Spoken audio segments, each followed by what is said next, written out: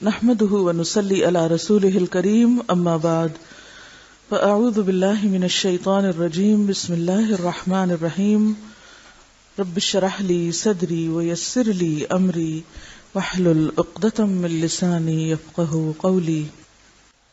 نماز کی سنتوں کا بیان. مؤکدہ سنتیں. مؤکدہ کا کیا معنی؟ مؤکدہ کی نہیں کا، مؤکد جن کی تاکید کی گئی ہو. مؤکدہ سنتیں نماز کی وہ سنتیں جن کی تاکید کی گئی ہے.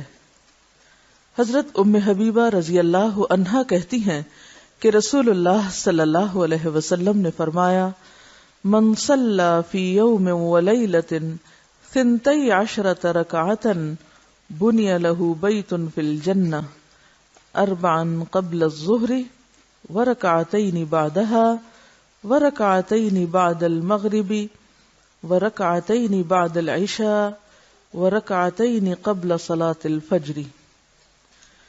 جو شخص دن اور رات میں فرضوں کے علاوہ 12 رکعتیں پڑھے اس کے لیے بہشت میں گھر بنایا جاتا ہے. ان 12 رکعتوں کی تفصیل کیا ہے؟ 4 رکعت ظہر سے پہلے، 2 رکعت اس کے بعد، 2 رکعت مغرب کے بعد، 2 رکعت عشاء کے بعد اور 2 رکعت نماز فجر سے پہلے. حضرت ابن عمر رضی اللہ عنہ فرماتے ہیں کہ میں نے رسول اللہ صلی اللہ علیہ وسلم کے ساتھ ظہر سے پہلے 2 رکعتیں پڑھی. اس سے کیا پتہ چلتا ہے کہ ظہر سے پہلے 4 کی بجائے 2 رکعتوں کا بھی جواز ہے. یعنی اگر آپ مصروف ہیں یا جلدی میں ہیں تو بجائے اس کے کہ بالکل چھوڑ دیں تو 4 کی بجائے 2 بھی پڑھ سکتے ہیں. رسول اللہ صلی اللہ علیہ وسلم نے فرمایا: رات اور دن کی نماز 2 رکعتیں کر کے پڑھو. تو اس سے یہ بھی پتہ چلتا ہے کہ 4 رکعت کو بھی 2 کر کے پڑھا جا سکتا ہے. رسول اللہ صلی اللہ علیہ وسلم سنتیں گھر میں پڑھتے تھے. حضرت عبداللہ بن شقیق سے روایت ہے کہ میں نے حضرت عائشہ سے رسول اللہ صلی اللہ علیہ وسلم کے نفلوں کا حال دریافت کیا تو حضرت عائشہ نے کہا: رسول اللہ صلی اللہ علیہ وسلم میرے گھر میں ظہر سے پہلے 4 رکعتیں پڑھتے تھے، پھر آپ نکلتے اور لوگوں کے ساتھ ظہر کے فرض پڑھتے، پھر گھر میں داخل ہوتے اور 2 رکعتیں نماز پڑھتے. آپ لوگوں کے ساتھ مغرب کی نماز پڑھتے، پھر گھر میں داخل ہوتے اور 2 رکعت سنت پڑھتے، پھر آپ لوگوں کے ساتھ عشاء کی نماز پڑھتے، پھر گھر میں داخل ہوتے اور 2 رکعتیں نماز پڑھتے. اور رات کو آپ صلی اللہ علیہ وسلم 9 رکعت تہجد کی نماز پڑھتے، ان میں وتر بھی ہوتا تھا. اور جب صبح نمودار ہوتی تو نماز فجر سے پہلے 2 رکعتیں سنت پڑھتے تھے. اور یہ سنت نمازیں اور نفل نمازیں آپ کی گھر پر ہوتی تھی. غیر مؤکدہ سنتیں. رسول اللہ صلی اللہ علیہ وسلم نے فرمایا: جو شخص عصر سے پہلے 4 رکعت سنت پڑھے اللہ اس پر رحمت کرے. یعنی شوق دلایا گیا ہے، تاکید نہیں. مغرب سے پہلے 2 رکعتیں. رسول اللہ صلی اللہ علیہ وسلم نے 2 مرتبہ فرمایا: مغرب سے پہلے 2 رکعتیں ادا کرو. تیسری بار فرمایا: جس کا جی چاہے. یعنی بھی غیر مؤکدہ ہے. یہ اس لیے فرمایا کہ کہیں لوگ اسے سنت مؤکدہ نہ بنا لیں. حضرت انس رضی اللہ عنہ سے روایت ہے کہ مدینہ میں مؤذن مغرب کی اذان کہتا، ہم سب ستونوں کی طرف دوڑتے اور 2 رکعتیں پڑھتے. لوگ اس کثرت سے 2 رکعتیں پڑھتے کہ اجنبی یہ گمان کرتا کہ مغرب کی جماعت ہو چکی ہے. یعنی سب لوگ تقریباً یہ سنتیں پڑھنے کے لیے دوڑ پڑتے تھے. ستونوں کا ذکر کیوں ہے؟ اس سے کیا حکمت کی بات پتہ چلتی؟ سترہ بنانے کے لیے. کیونکہ ہوتا یہ نا کہ جب سنت پڑھی جا رہی ہوتی ہے تو کوئی شخص صف کو ملانے کے لیے آگے سے گزرتا ہے، کوئی دائیں سے کوئی بائیں سے، تو اس صورت میں پھر عموماً نمازیوں کے لیے گزرنا مشکل ہو جاتا ہے. تو خاص سنت آپ فرض سے پہلے پڑھیں یا پھر فرض کے بعد پڑھیں، کوشش یہ کریں کہ آپ کے سامنے سترہ ہو. کیونکہ جماعت کی نماز میں تو امام کے سامنے کا سترہ سب کے لیے کافی ہو جائے گا، لیکن سنت کے لیے اپنا اپنا سترہ بنانا پڑے گا، اور اس کے لیے خصوصاً ایسی جگہ کی تلاش کہ جہاں آپ کے آگے سے کوئی نہ گزرے، جیسے پلر وغیرہ ہو، اور اگر ایسی جگہ نہ ملے تو پھر اپنی ہی کوئی چیز سامنے رکھ کے، جیسے بیگ ہے یا کوئی بھی چیز رکھ کے نماز پڑھیں تاکہ گزرنے والوں کو تکلیف نہ ہو، کیونکہ بعض لوگ لمبی نماز رستے میں پڑھنے کھڑے ہو جاتے ہیں، اس سے دوسروں کو پریشانی ہوتی ہے، تو دوسروں کو تکلیف دینے سے بچنا چاہیے۔ اور یہ جو 2 رکعت مغرب سے پہلے اگر آپ کو کبھی عمرے پہ جانے کا اتفاق ہوا ہو تو مسجد نبوی اور حرم پاک میں مغرب کی اذان ہوتے ہی لوگ کھڑے ہو جاتے ہیں جماعت سے پہلے یہ 2 رکعتیں پڑھنے۔ مرثد بن عبداللہ رحمۃ اللہ علیہ حضرت عقبہ رضی اللہ عنہ کے پاس آئے اور کہا، کیا یہ عجیب بات نہیں کہ ابو تمیم رضی اللہ عنہ مغرب کی نماز سے پہلے 2 رکعتیں پڑھتے ہیں؟ عقبہ رضی اللہ عنہ نے کہا کہ ہم بھی رسول اللہ صلی اللہ علیہ وسلم کے زمانے میں پڑھتے تھے۔ اس نے پوچھا اب کیوں نہیں پڑھتے؟ کہنے لگے کہ مصروفیت ہے۔ یعنی اس بات کا ثبوت تو ہے کہ یہ پڑھی جا سکتی ہیں، لیکن اگر کوئی شخص مصروفیت کی وجہ سے نہ پڑھ سکے تو اس کی رخصت ہے، گنجائش ہے۔ جمعہ کے بعد کی سنتیں۔ نبی صلی اللہ علیہ وسلم نے فرمایا، جب تم جمعہ کے بعد نماز پڑھنا چاہو تو 4 رکعت ادا کرو۔ معلوم ہوا کہ جمعہ کے بعد 4 رکعت سنت پڑھنی چاہیے، اور اگر کوئی 2 رکعتیں بھی پڑھ لے تو جائز ہوگا۔ حضرت ابن عمر رضی اللہ عنہ روایت کرتے ہیں کہ رسول اللہ صلی اللہ علیہ وسلم جمعہ کے بعد کچھ نماز نہیں پڑھتے تھے، یہاں تک کہ اپنے گھر آتے تو 2 رکعت پڑھتے۔ بعض علماء نے یہ تطبیق دی ہے۔ تطبیق کا کیا معنی ہوتا ہے؟ تطبیق مطابقت پیدا کرنا، یعنی کنٹرڈکشن دور کرنا، کہ مسجد میں 4 سنتیں 2 کر کے پڑھے، اور اگر گھر میں آ کے پڑھے تو 2 سنتیں پڑھے۔ ٹھیک ہے، یعنی آپ دیکھیے کہ یہ جو اوپر 2 تطبیق ہے نا، تو ایک آپ صلی اللہ علیہ وسلم کا قول ہے کہ اگر کوئی جمعہ کے بعد نماز پڑھنا چاہے تو 4 رکعتیں پڑھے، لیکن آپ کا عمل کیا تھا گھر میں کہ آپ نے گھر میں 2 رکعت پڑھی۔ تو علماء نے کیا کہا کہ مسجد میں پڑھنا چاہے تو 4 پڑھے، گھر پڑھے تو آپ کی سنت کی پیروی میں 2 پڑھ لی۔ فجر کی سنتوں کی فضیلت۔ حضرت عائشہ کہتی ہیں کہ رسول اللہ صلی اللہ علیہ وسلم نے فرمایا، فجر کی 2 سنتیں دنیا اور جو کچھ دنیا میں ہے اس سے بہتر ہیں۔ فجر کی 2 سنتیں دنیا اور جو کچھ دنیا میں ہے اس سے بہتر ہیں۔ حضرت عائشہ رضی اللہ عنہا سے روایت ہے کہ رسول اللہ صلی اللہ علیہ وسلم نوافل یعنی سنن میں سے کسی چیز پر اتنی محافظت اور مداومت نہیں کرتے تھے جس قدر فجر کی 2 سنتوں پر کرتے تھے۔ رسول اللہ صلی اللہ علیہ وسلم فجر کی 2 سنتیں پڑھتے تو دائیں پہلو پر لیٹتے۔ فجر کی سنتیں فرضوں کے بعد بھی پڑھ سکتے ہیں۔ اگر آپ ایسے وقت مسجد پہنچے کہ جماعت کھڑی ہو گئی ہو اور آپ نے سنتیں نہ پڑھی ہوں تو اس وقت سنتیں مت پڑھیں، کیونکہ رسول اللہ صلی اللہ علیہ وسلم نے فرمایا، جب نماز کی اقامت ہو جائے تو فرض نماز کے علاوہ کوئی نماز نہیں ہوتی۔ اس لیے اگر جماعت کھڑی ہو تو سنت چھوڑ دیں، فرض پڑھیں اور فرض کے بعد سنت پڑھ لیں۔ اور اگر آپ گھر میں ہی نماز پڑھیں جیسے خواتین، اور آپ کی آنکھ دیر سے کھلی ہے، وقت صرف اتنا ہے کہ یا تو سنت پڑھیں گے یا فرض، تو پھر دونوں میں چوائس کس کی ہوگی؟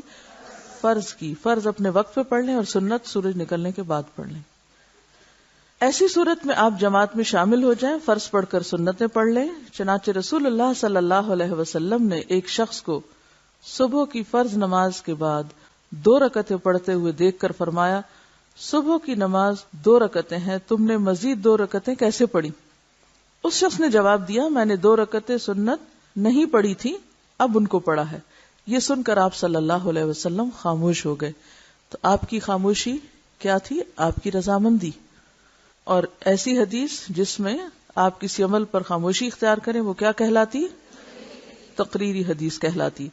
ایک شخص مسجد میں آیا، رسول اللہ صلی اللہ علیہ وسلم صبح کے فرض پڑھ رہے تھے، اس نے مسجد کے ایک کونے میں 2 رکعتیں سنت پڑھی، پھر جماعت میں شامل ہوا۔ جب آپ نے سلام پھیرا تو فرمایا، تو نے فرض نماز کس کو شمار کیا، جو اکیلے پڑھی تھی یا اس کو جو ہمارے ساتھ پڑھی؟ تو اس سے کیا پتہ چلتا ہے کہ جب فرض ہو رہے ہوں تو پھر سنتیں ادا نہیں کی جائیں گی۔ نمازوں کی رکعات۔ نماز فجر 2 سنتیں 2 فرض، یعنی کل 4 رکعتیں۔ نماز ظہر 4 سنتیں 4 فرض، 2 سنتیں، نماز ظہر 10 رکعتیں ہوئیں، نماز عصر 4 فرض، نماز مغرب 3 فرض 2 سنتیں 5 رکعتیں ہوئیں، نماز عشاء 4 فرض اور 2 سنتیں 6 رکعتیں ہوئیں۔ نماز وتر دراصل رات کی نماز ہے جو تہجد کے ساتھ ملا کے پڑھی جاتی ہے۔ جو لوگ رات کو اٹھنے کے عادی نہ ہوں وہ وتر بھی نماز عشاء کے ساتھ ہی پڑھ سکتے ہیں۔ رسول اللہ صلی اللہ علیہ وسلم نے فرمایا، من خاف اللہ یقوم من آخر اللیل فلیوتر اولہ، جسے خطرہ ہو کہ رات کے آخری حصے میں نہیں اٹھ سکے گا وہ اول شب ہی وتر پڑھ لے۔ لیکن کہیں یہ نہ سمجھیں کہ وتر عشاء کی نماز ہے، وہ عشاء کی نماز کا حصہ نہیں ہے، ٹھیک ہے، وہ تہجد کی نماز کا حصہ ہے۔ اگر کوئی تہجد نہ پڑھے کیونکہ تہجد نفلی نماز ہے تو وتر سونے سے پہلے بھی پڑھ سکتا ہے۔ اب آپ دیکھیے کہ یہاں انہوں نے صرف فرض اور سنتیں لکھی، نفل نہیں لکھے۔ تو نفل جو ہے وہ اس کی اصل کیا ہے کہ وہ ایسی عبادت ہے جو دل کی خوشی سے کی جاتی ہے اور اس کی کوئی تعداد متعین نہیں، آپ جتنے چاہیں پھر پڑھتے جائیں۔ اسی لیے یہاں لکھا ہے کہ کوئی یہ خیال نہ کرے کہ ہم نے نماز کی رکعتیں کم کر دی، یعنی فرائض اور سنتیں گنلی، نفل چھوڑ دیے۔ نوافل اپنی خوشی اور مرضی کی عبادت ہے۔ رسول اللہ صلی اللہ علیہ وسلم نے کسی کو پڑھنے کے لیے مجبور نہیں کیا، اس لیے ہمیں کوئی حق نہیں کہ ہم اپنے نفلوں کو فرضوں کا ضروری اور لازمی ضمیمہ بنا ڈالیں۔ فرضوں کے ساتھ آپ کی نفل عبادت یعنی سنتیں آ گئی ہیں جس سے نماز پوری اور مکمل ہو گئی۔ لہذا اگر کوئی شخص یہ پڑھنا چاہے تو پڑھ لے، اگر نہیں پڑھنا چاہے تو نماز ہو جائے گی۔ ہمارے ہاں بہت سے لوگ نماز کیوں نہیں پڑھتے؟ کس لیے نہیں پڑھتے؟ لمبی بہت ہوتی، وہ سنتے ہی گھبرا اٹھتے ہیں کہ اتنی لمبی نماز کیسے پڑھیں۔ اور بعض لوگ نوافل کو بھی کس درجے میں پڑھتے ہیں؟ فرض کے درجے میں پڑھتے ہیں کہ وہ نوافل بھی کبھی نہیں چھوڑیں گے۔ نوافل بہت پسندیدہ کام ہے، اس میں کوئی شک نہیں، اور خوش قسمتی ہے اس شخص کی جس کو کثرت سے نوافل پڑھنے نصیب ہوں۔ لیکن اگر کوئی شخص خود ایسا کر رہا ہے تو سب کو اس کا پابند نہ کرے، اور خصوصاً بچوں کو، کیونکہ ابتدا میں اگر بچوں کو ہلکی نماز کا عادی کریں اور پھر ان کے اندر شعور پیدا ہو اور نماز کا شوق اور نماز کا فائدہ انہیں پتہ چلے کہ سجدوں کی کثرت کتنی فائدہ مند ہے، تو پھر وہ اپنی خوشی سے پڑھیں۔ اور نفل ہے ہی کون سی عبادت جو مجبوری سے پڑھی جائے، جو دل کی خوشی سے پڑھی جائے؟ تو وہ نوافل کیا نوافل ہوئے جن میں دل کی خوشی شامل نہ ہو؟ تو جو چیز جس مقام پہ ہے اسے اسی مقام پہ رکھنا چاہیے، اسے نہ اس سے بڑھانا چاہیے اور نہ گھٹانا چاہیے، ٹھیک ہے۔ تہجد، قیام اللیل، قیام رمضان اور وتر۔ حضرت ابو امامہ رضی اللہ عنہ روایت کرتے ہیں کہ رسول اللہ صلی اللہ علیہ وسلم نے فرمایا، علیکم بقیام اللیل فإنہ دأب الصالحین قبلکم وہو قربۃ لکم الی ربکم ومغفرۃ للسیئات ومنہاۃ عن الاثم۔ تہجد ضرور پڑھا کرو کیونکہ وہ تم سے پہلے صالحین کی روش ہے، یعنی شروع سے نیک لوگوں کا طریقہ چلا آیا ہے، اور تمہارے لیے اپنے رب کی قرب کا وسیلہ، گناہوں کے مٹنے کا ذریعہ اور گناہوں سے بچنے کا سبب ہے۔ یعنی اس کے فائدے کیا ہیں؟ نمبر 1، اللہ تعالیٰ کا قرب نصیب ہوتا ہے۔ نمبر 2، گناہ معاف ہوتے ہیں، مٹتے ہیں۔ نمبر 3، آئندہ گناہوں سے بچنے کی طاقت پیدا ہوتی ہے انسان کے اندر۔ حضرت ابو ہریرہ رضی اللہ عنہ روایت کرتے ہیں کہ رسول اللہ صلی اللہ علیہ وسلم نے فرمایا، اس شخص پر اللہ کی رحمت ہو جو رات کو اٹھا، پھر نماز پڑھی اور اپنی عورت کو جگایا، یعنی بیوی کو جگایا، پھر اس نے نماز پڑھی، پھر اگر عورت نہ جاگی تو اس کے منہ پر پانی کے چھینٹے مارے۔ اس عورت پر اللہ کی رحمت ہو جو رات کو اٹھی، پھر نماز پڑھی اور اپنے خاوند کو جگایا، پھر اس نے نماز پڑھی، پھر اگر خاوند یعنی غلبہ نیند کی وجہ سے نہ جاگا تو اس کے منہ پر پانی کے چھینٹے مارے۔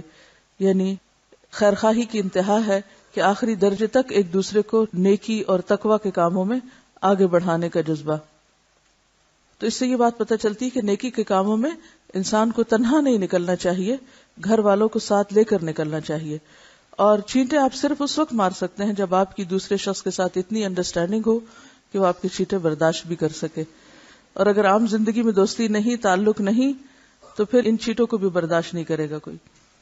حضرت ابو ہریرہ رضی اللہ عنہ کہتے ہیں، میں نے رسول اللہ صلی اللہ علیہ وسلم سے سنا، آپ فرماتے تھے فرض نماز کے بعد سب نمازوں سے افضل نماز تہجد ہے۔ رسول اللہ صلی اللہ علیہ وسلم نے فرمایا جب انسان سوتا ہے تو شیطان اس کی سر کی گدی پر 3 گرہ لگاتا ہے۔ اب یہ گرہ کس طرح کی ہوتی ہے؟ کوئی مادی چیز نہیں ہے، مراد یہ ہے کہ شیطان انسان پر غلبہ پانے کی اور اس کو اپنے کنٹرول میں رکھنے کی کوشش کرتا ہے، اور کہتا ہے کہ رات بڑی لمبی ہے، اگر وہ بیدار ہو کر اللہ کا ذکر کرے تو ایک گرہ کھل جاتی ہے، اور اگر وضو کرے تو دوسری گرہ کھل جاتی، اور اگر نماز پڑھے تو تیسری گرہ کھل جاتی، اور وہ شادمان اور پاک نفس ہو کر صبح کرتا ہے، یعنی خوشی خوشی صبح ہوتی ہے اس کی، ورنہ اس کی صبح خبیث اور سست نفس کے ساتھ ہوتی۔ اور آپ سوچئے کہ اگر دن کا آغاز ہی سستی کے ساتھ ہو، خباثت نفس کے ساتھ ہو، تو انسان پھر کون سا نیکی کا کام خوشی سے کر سکتا ہے؟ پھر اس کے مزاج میں کہاں سے اطمینان اور سکون پیدا ہو سکتا ہے؟ تو سب سے پہلی عادت جو ہم سب کو اختیار کرنی چاہیے وہ صبح وقت پر اٹھنے کی، کیونکہ اگر دن کا آغاز درست نہیں تو انجام کیسے درست ہو سکتا ہے؟ عموماً ہم لوگ رات کو دیر تک جاگتے رہتے ہیں اور صبح فجر کی نماز بھی وقت پہ نہیں پڑھتے، تو اسی سے ساری خرابیوں کی ابتدا ہو جاتی۔ رسول اللہ صلی اللہ علیہ وسلم نے فرمایا اللہ تعالیٰ ہر رات آسمان دنیا پر نزول فرماتا ہے، جب 1/3 رات باقی رہ جاتی ہے تو فرماتا ہے کوئی ہے جو مجھے پکارے میں اس کی دعا قبول کروں، کوئی ہے جو مجھ سے مانگے میں اس کو دوں، کوئی ہے جو مجھ سے بخشش طلب کرے میں اس کو بخش دوں۔ ہم میں سے ہر شخص اس بات کا حریص ہے کہ اس کی دعائیں قبول ہوں، لیکن جو دعاؤں کی قبولیت کا وقت ہوتا ہے اس سے فائدہ نہیں اٹھاتے، اور پھر جب کوئی ضرورت پڑتی ہے تو بندوں سے مانگتے ہیں یا بندوں سے توقع رکھتے ہیں یا بندوں کا سہارا ڈھونڈتے ہیں۔ اور آپ سوچئے کہ اللہ تعالیٰ اس وقت ان بندوں کو کس نظر سے دیکھتا ہوگا جو ضرورت کے وقت اللہ کو چھوڑ کر جو ہر چیز دے سکتا ہے بندوں کے در پہ جاتے ہیں یا بندوں سے توقع رکھتے ہیں یا بندوں پر تکیہ کرتے ہیں یا بندوں پر توکل اور بھروسہ کرتے ہیں۔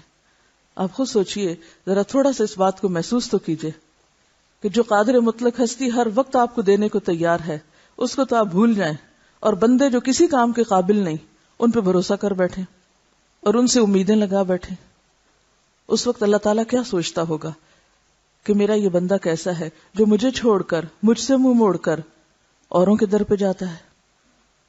یعنی کتنی گھٹیا حرکت ہے ویسے بھی اگر سوچا جائے تو، اور کتنی بے وقوفی کی بات ہے کہ جو رب سب کچھ کر سکتا ہے اس سے تو نہ مانگا جائے، اور انسان جو کسی کام کے لائق نہیں، کچھ بھی ان کے اختیار میں نہیں، مٹی کے پتلے ہیں، ان کے پیچھے بھاگے انسان اور ان سے مانگے اور ان پر نظر رکھے۔ تو پہلی چیز جو ہمیں زندگی میں لانی ہے وہ اللہ کی پہچان ہے، اور اللہ کی قدر پہچاننے کی بات ہے، اللہ کی عظمت کو دل میں لانے کی بات ہے۔ جب تک وہ نہیں آتی کوئی عمل درست نہیں ہو سکتا، نہ نمازیں درست ہو سکتی ہیں اور نہ ہی معاملات اور اخلاق درست ہو سکتا ہے، کیونکہ ہماری ساری خرابیوں کی اصل وجہ شرک ہے کہ ہم اس کو بھول کر اوروں پہ توکل کرتے ہیں، اوروں کی طرف دیکھتے ہیں۔ تو ہم میں سے کون ہے جو محتاج نہیں؟ ہم میں سے کون ہے جسے یہ ضرورت نہیں کہ اس کی دعائیں قبول ہوں؟ ہم میں سے کون ہے جو یہ نہیں چاہتا کہ اس کی سنی جائے؟ لیکن جب وہ پکارتا ہے تو ہم سو جاتے ہیں۔ لہذا ہم سب کو پھر اپنے اندر جھانکنے کی ضرورت ہے اور اپنی کمی کو دیکھنے کی ضرورت ہے، نہ کہ اللہ پر شکوہ کرنے کی۔ تو اللہ تعالیٰ ہر روز پکارتا ہے، کوئی ہے جو مجھے پکارے میں اس کی دعا قبول کروں؟ کہاں ہے پکارنے والے؟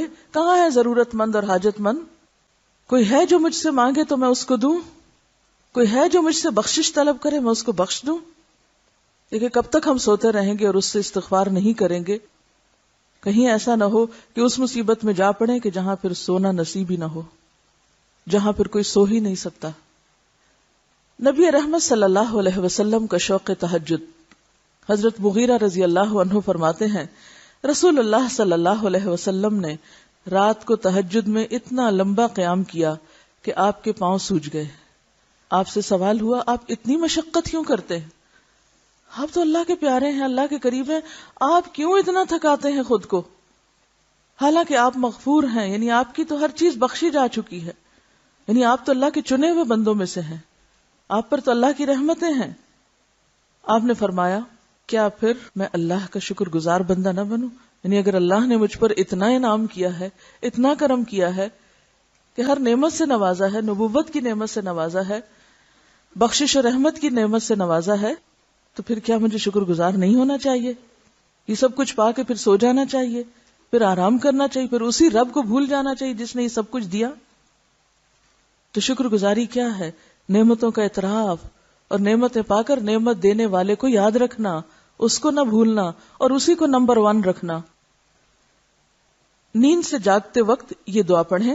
حضرت عائشہ رضی اللہ عنہا فرماتی ہیں کہ رسول اللہ صلی اللہ علیہ وسلم جب رات کو بستر سے تہجد کے لیے اٹھتے تو یہ دعا پڑھتے: اللہ اکبر 10 بار، الحمدللہ 10 بار، سبحان اللہ و بحمدہ 10 بار، سبحان الملک القدوس 10 بار، استغفر اللہ 10 بار، لا الہ الا اللہ 10 بار، اور پھر اللہم اعوذ بک من ضیق الدنیا و ضیق یوم القیامہ 10 بار۔